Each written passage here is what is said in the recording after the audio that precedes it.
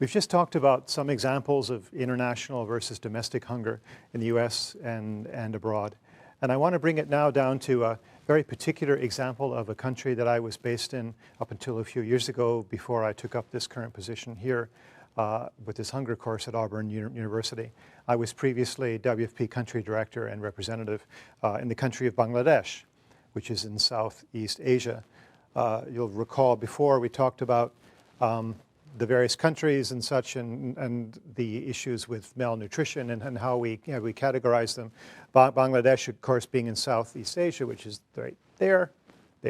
I'm going to use that now as an example of a situation and how we would look at it. So first off, targeting the poor in Bangladesh. Who are the most food insecure, and where are they, and how would we target them? So how are they the most vulnerable, and why?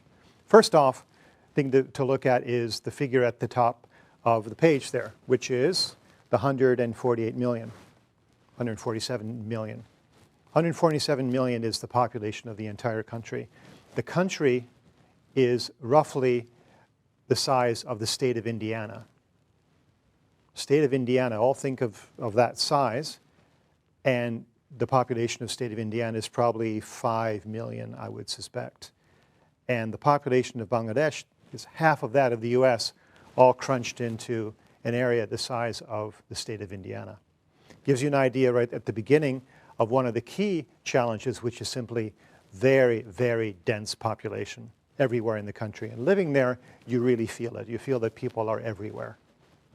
So in Bangladesh, we look at a situation of the population overall, and then who in the population is consuming 2,100 calories, which we've talked about before is what we consider to be a minimum amount, right? To sustain life, to be food secure, you need to at least consume 2,100 calories per day on average as a person.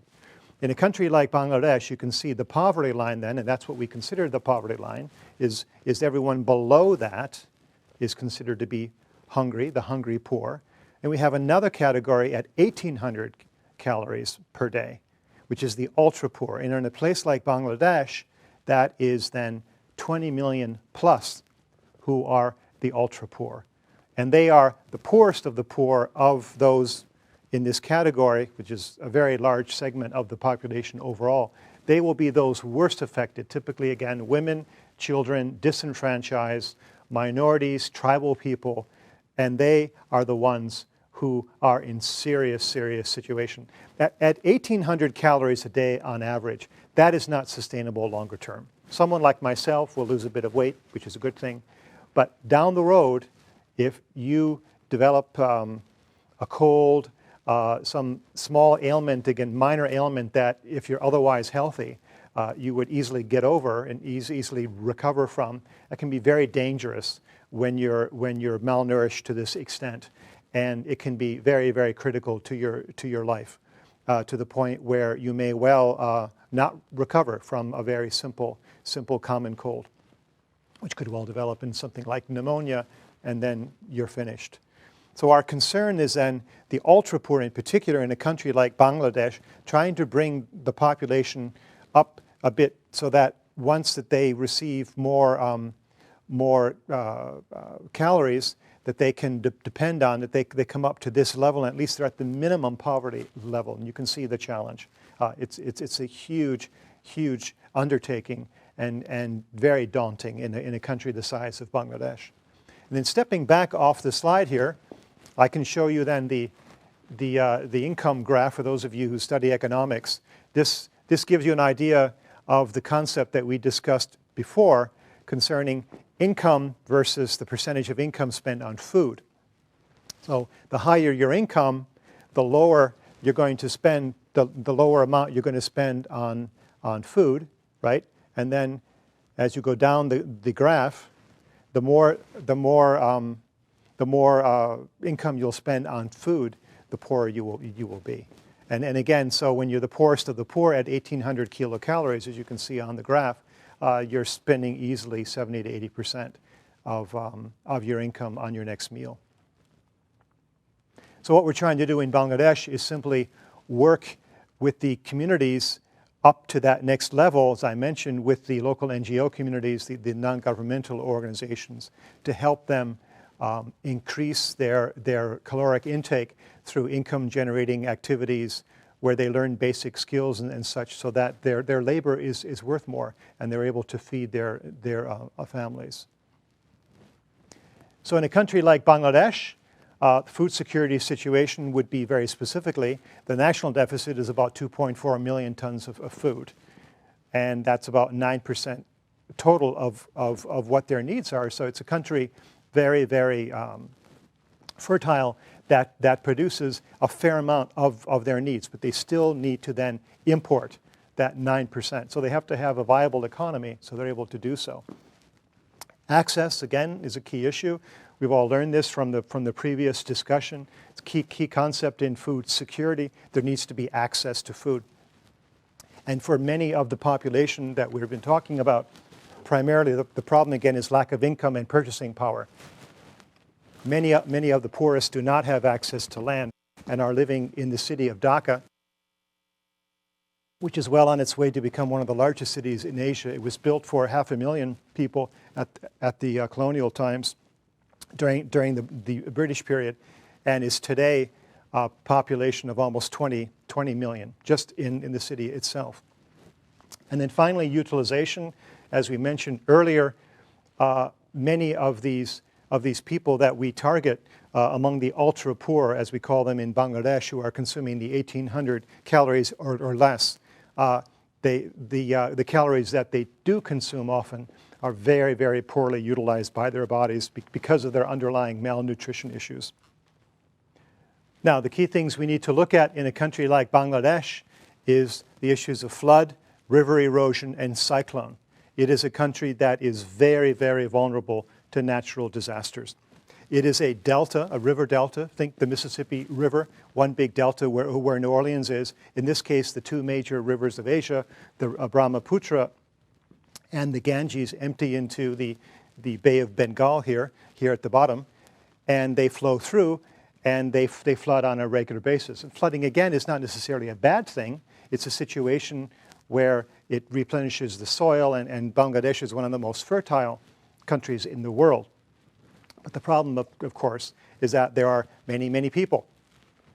And that's the overall problem. There's too many people in the wrong places. And in Bangladesh, many of the 20 million that I've been talking about live in places called chors, which is a local Bangla name for basically sandbars and other places in these rivers where 20 million people, they live in villages that sustain themselves barely between monsoons, between the rainy seasons.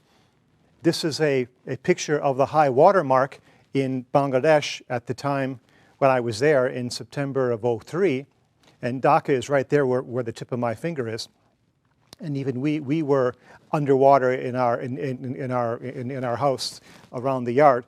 And again, you can see the number of people who would be affected, flooded. And livelihoods of, again, the whole population, but in particular the poorest of the poor, are seriously affected every year by the extent of the flooding. So for WFP, what do we do best? Well, again, getting back to our discussion that we've had so far, we're there to assist the chronically vulnerable groups of society. And that list will look very familiar to you. This is the same groups of any population in any country that will always be affected. The ultra poor, again, women and children. In this case, 5 million female-headed households in Bangladesh. Malnourished women and children make up 50%. 50% chronically malnourished in Bangladesh. The school children, 40% dropout rate at the primary level. Our main objective there is to keep girls in school for a longer period. Refugees, there's a refugee population in Bangladesh who are also very vulnerable to these situations. Those affected by conflict. There's a tribal conflict that's going on, or has been going on in the north of the country. And then the emergency victims, that is those most affected by the floods or the cyclones or the tsunamis. And that's our biggest challenge then, is simply to find the food and cash resources to get the job done, together with the government of Bangladesh and our NGO partners. Now quickly, shifting to an example a little closer to home, we're now at the lower Ninth Ward in the city of New Orleans. When we talk about vulnerability, remember back now, those of you who were following the effects of Hurricane Katrina, the areas that were most affected in New Orleans were the lower Ninth Ward. This is a poverty map of the city of New Orleans, and the darker color are those living, are the areas shaded darker, are the areas where the poorest live in New Orleans, and in particular the lower Ninth Ward. It's also the area where the highest percentage of deaths were in Katrina. So think for a moment. There were those who were able to jump in their SUV and take off to a hotel in Baton Rouge to sit out the coming hurricane. And then there were those who stayed put in places like the lower Ninth Ward, the poorest part, because they had an asset, in this case a house, a shotgun house, and they were concerned. Again, many of these areas are high crime areas. They were worried if they leave, perhaps there will be a break-in, they will lose those assets which they have. They maybe take a chance, and they've had other hurricanes and they sat them out. Many of those who unfortunately died in these situations were found in their attics after. They kept going up and up in their houses as the water rose, hoping that the water would then stop, which it didn't. Many were rescued by the rescue workers coming in and chopping holes in the roof, but many unfortunately were not. That is where the highest loss of life was. Again, the poorest of the poor will do desperate things in situations like this, and they make oftentimes poor choices. Think again of the demographics. Who were those who then ended up in the Superdome and waited there? The minorities. This is the situation again with the most vulnerable. They will make these kinds of choices, and then they will pay the price for those. In Bangladesh, I'm very fond of showing an example, true story, the same type of argument with a young father who, as the flood waters were rushing by, he had his legs wrapped around a tree and he's holding on for dear life, and he's got his son in one hand and he's got a goat in the other hand, and the water's rushing by, and he can't hold on to both. Which one does he let go of first? It's not the one that you may think. The first one he lets go of is his son. And again, he can make more of these, more of the son. But the goat is the one he keeps, because the goat is the asset. The goat is the gift that keeps giving. And he's not eating the goat, by the way. This is a goat. These people are primarily vegetarian, not by a choice oftentimes, but by necessity. He keeps the goat because he can feed the children he will hopefully have in the future with the goat's milk.